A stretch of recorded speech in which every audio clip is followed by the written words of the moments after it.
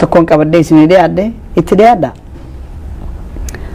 Maastarasan keenya bakka irraan jalqabuun beeku duraan dursee mee dirree dhawaan tun magaalaa moo baadiyyaa? Dirree dhawaati moo dirdhawaadha? Tole gaafii bareedduu gaafatte maqaan dirree dhawaati. Dirree dhawaa fakkeenyaaf Oromoon akkatti immoo gaafatu qabaa. Dirree Sheekh Hussein ja'a, dirree Xayyaaraa ja'a, dirree Jaarraa, dirree Qurquraa jeeti naannoo isaatti illee akkasii moggaasaa deema. Akkuma dirree Sheekh Hussein nama jedhu jechuudha waan naannoo san jiru yaama. Nama maqaan isaa dhawaa elemoo muutee jedhamuun magaalaan san moggaafamte. Dirree dhawaa tun seeraa guddaa qabdi. Amma takkuma torba durallee Oromoon akka jiraachaa ture ragaa namni barbaadu laga Odaa dhaqee ilaaluu danda'a. Seenaalee waggaa kuma torba tura ilkee lama mataa zaman stone age meeshaalee fayyadamu ture hundaatu achitti mul'ate. Naannoon kun naannoo Oromooti lafa Oromooti. So maqaa dirree dhawaati. Dirreen dhawaa baadiyyaa guddatti magaalarra. Magaalaan araddaa 9 qabdi. Baadiyyaan immoo araddaa 38 qabdi. So magaalummaarra baadiyyummaa fudhatti jechuudha. Hayyee Maastarasan gaafii tiyya lamadaatti dabara. Magaalaa Minnesota keessatti DDCO dhaabdan Dirree Civics Organization tajaajila akkam kennuu fi maal fa'aa irratti hojjechuuf organization kana dhaabdan? Dhugaadha magaalaa Minnesota tanatti dhaabbata ijaarre. Dhaabbanni ijaarre kuni afooshaalee dirree dhawaa jirtu ta maqaa dirree dhawaatiin ijaaramtee magaalaa tana jirtu 3 jira. Dargaggeessaati jira, taawwaniiti jira, manguddooti jira. Kanneen walitti deebifnee mataa tokko godhuudhaan Dirree Dhawaa Civic Organization takka dhaabbata tajaajila hawaasummaa dirree dhawaa jennee as magaalaa Minnesotatti ijaarre. Wanni ijaarameef hawaasa biyyaa kan sagalee hin qabneef sagalee ta'uudha. Adeemsa kana keessatti immoo qeerroon biyyaa akkamitti tokkoomaa akkamitti wal jaaraa roga diinagdeetiin siyaasaatii fi hawaasummaatiin hirmaannaa inni qabu maal ta'uu qaba akkamitti deemuu qaba waan jiru irratti qeerroo gargaaruu fi miidhaa isaanirra gahaa jirtu sagalee isaanii ta'uudhaaf dhaabbata kana dhaabne jechuudha. Hedduu galatoomi waa'ee biyyaa dubbatu miidhaa adda addaati amma karaa dirree dhawaa kana deemaa jira. Eega jijjiiramni kun dhufe qeerroon yeroo amata meeqa guutuu jijjiirama kanarratti wareegama kan meeqa kan itee dhufte akkasumaanuu eega jijjiiramni bal'aan kun biyya teenya guutuu dhufe dirree dhawaa keessatti waan addaa deemu jira roorroo takka arkinee hin beekne yeroo takka karaa Somaaliitiin amma karaa Amaaraatiin so addan dhaabbanne rakkinni kun keessarraa uumame si fakkaata. Yaa rakkinni kuni gaafii mirga abbaa biyyummaarraa ka'a. Maaliif yeroo tokko hawaasa nu cinaa nu waliin jiraatu lafa tanarratti dirreen dhawaa lafa Oromooti. Hawaasa adda addaa nu wajjin jiraata. Somaaliin nu wajjin jiraatti, Amaariin nu wajjin jiraata, Guraageen, Adareen, Arabni, Faranjoonni, Faransaayonni sabaa sablammoota hedduutu nu waliin jiraata magaalaa san keessa. Magaalaatti jechuun baadiyyaa osoo hin ta'in. So hawaasa kana wajjin walitti bu'iinsa mootummaa yeroo adda addaa hawaasa hedduutti uumuu jira. Kana keessaa tokko gaafii mirga abbaa biyyummaati. Dirreen dhawaa tun lafa Oromoo taatee osoo jirtu tokkoffaa qubsumti lafaa Oromoodhaan marfamee geographical location isaa Oromiyaa irratti maxxanee osoo jiru hawaasa jiru Oromoo ta'ee osoo jiru population guddinaan jechuudha. Dirreen dhawaa tun fannifamtee federaala akka jaamtee yaamtu tokko godhe mootummaadha. Kun itti gaafatama tokko magaalaa abbaa qabdu abbaa dhorkoo jechuudha. Hawaasa biraatti ijoollee buusoo jechuudha. Kanaan wal qabateeti gaafa dabre akkuma yaadattu atis walitti bu'insi ijoollee Oromootii fi hawaasa ijoollee Somaalee iddootti uumamee ture. Mootummaan gara lamaan irraa ijoollee fuudhee hidhee ture. Kan Somaalee boondiidhaan waasiidhaan abbaan qabataa qabeenyaa Somaalee kafalee irraa boondii ijoollee nama 50 kuma qoronqola irraa kafalee baasuusaa sooshaal miidiyaa irratti nama hordofaa ture gaafa dabre. Ka Oromoo immoo namni boondii irraa kafaluun argamne.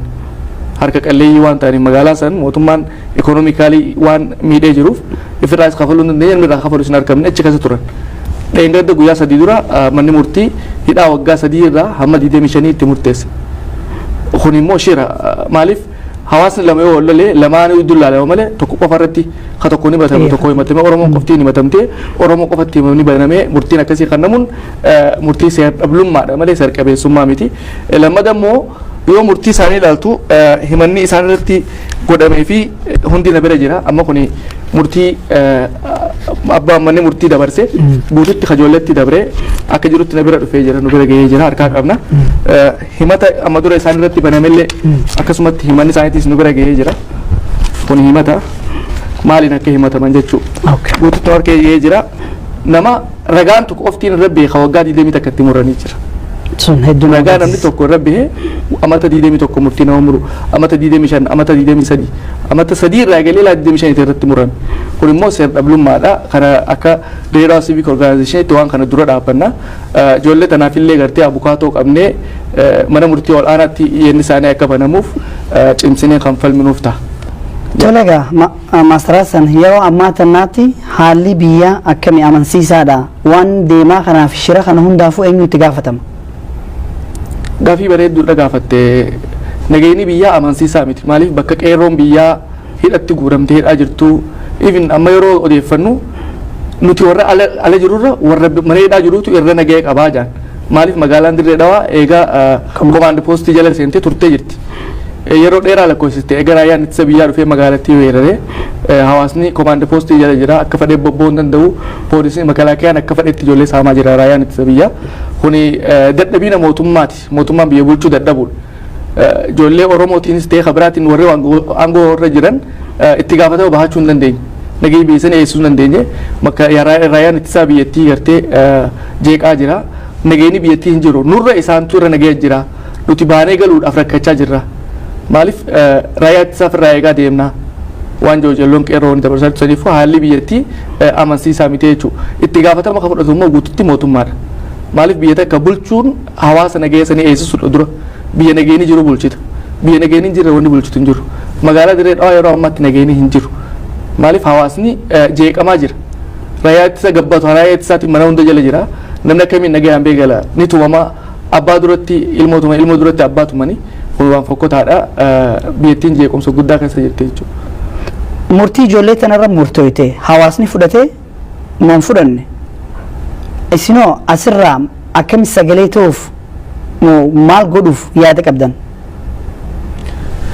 Yaa hawaasni Oromoo biyyatti wanni dhagayaa jirru karaa adda addaatiin qophii godhaa jira. Tokkoffaa murtiin tun sirrii miti jee hawaasni guututti hin fudhanne abbootiin gadaatii fi abbootiin qabeenyaa manguddoon biyyaa mariirra jiran qeerroo wajjin akkaataa odeeffannoo qabnutti wanni kun balaaleffatamuu qaba bifa karaa nagayaa ta'een hawaasni bahee waan kana falmuu qaba waan jirutti sochiin akka jiru kan hin quba qabu karaa biyyaatiin gama keenyaan immoo abukaatoo qabnee fi mana murtii olaanaatti himanni ijoollee tanaa deebi'ee akka banamu maaliif guyyaan isaan qaban guyyaa muraasa waan ta'eef guyyaa 45 akka qaban akka seera biyya saniitti so himanni isaanii akka cufame kuni akka deebi'ee banamuuf mana murtii olaanaatti goonee abukaatoo isaaniif dhaabuudha sochiin nuti harkaa qabnu karaa biyyaatiin immoo akkuma amma simisanii isaan abbootiin gadaatis manguddoon biyyaatis akkamitti waan kana ijoollee tana murtiin kan namni kun sirrii miti qaama tokko qofa irratti Oromoo qofa irratti aggaamame wanni godhame kuni sirrii miti maqaa biyya teenyaatii fi hawaasa keenya birattis fudhatama waan hin qabneef waan kana